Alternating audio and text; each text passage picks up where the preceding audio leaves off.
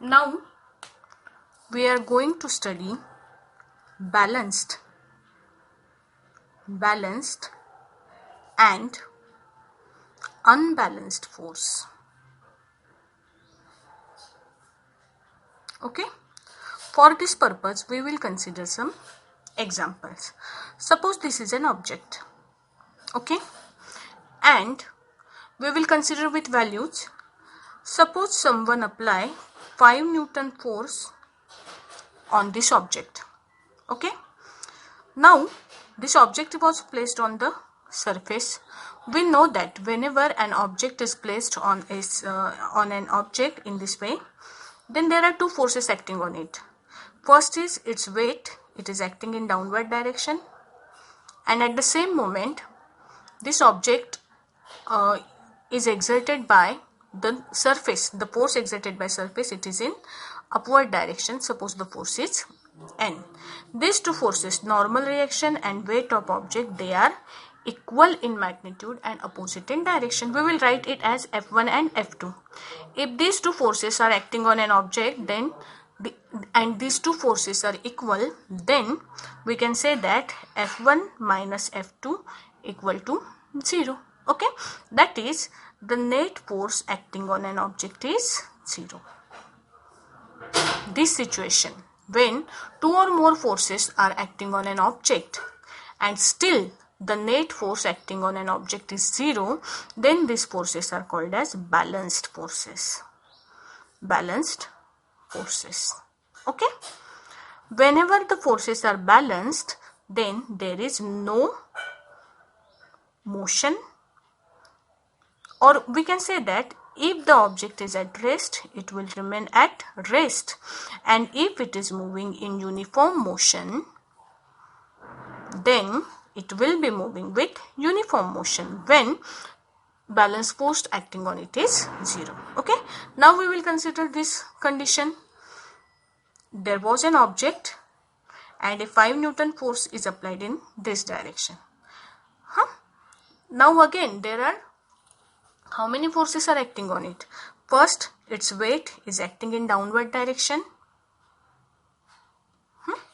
Then normal reaction exerted by the surface in perpendicular direction, means in upward direction, and this force, this normal and weight, they will balance each other, and the net force acting on it will be 5 Newton, which is in this direction. Okay, so there is some force acting on an object. This force, if this is some force still acting on an object, and if it is not equal to 0, then this force is called as unbalanced force. Okay, this force is called as unbalanced force. You can see that in this case, when 5 Newton force is acting on it, then the object will move in this direction. Okay, so unbalanced force can cause motion. Unbalanced force can cause motion. Okay, so this is the difference between balanced and unbalanced force. Okay, now we will move to Newton's first law of motion. What does it tell? See, Newton's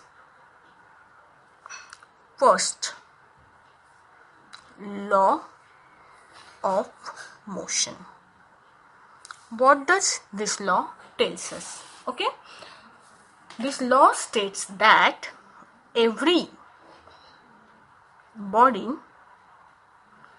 remains in a state of rest or of uniform motion in a straight line unless and until an external unbalanced force is acting on it. Okay, every body remains in a state of rest or of uniform motion in a straight line unless and until an external unbalanced force is acting on it. What does it mean?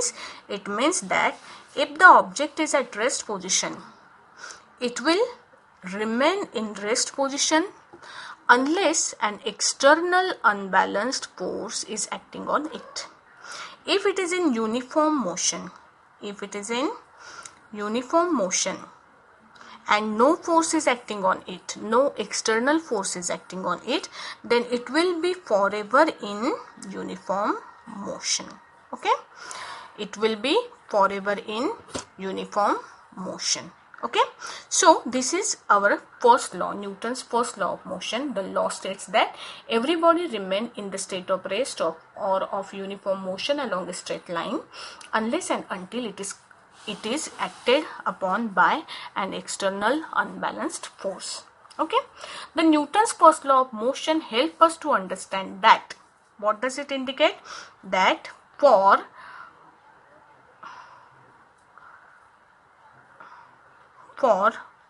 motion and unbalanced external force is essential. Okay, for motion unbalanced external force is essential, and otherwise the object, if no force is acting on object, then there will be no change in state of object. Okay, this is related to the inertia of an object, inertia that we will explain in the next term. Okay, so what is inertia, that we will see, but it is related to the no change in the state of object. This law is related to inertia. That is why Newton's first law of motion is also called as law of inertia. What is inertia? That we will be seeing in the next video.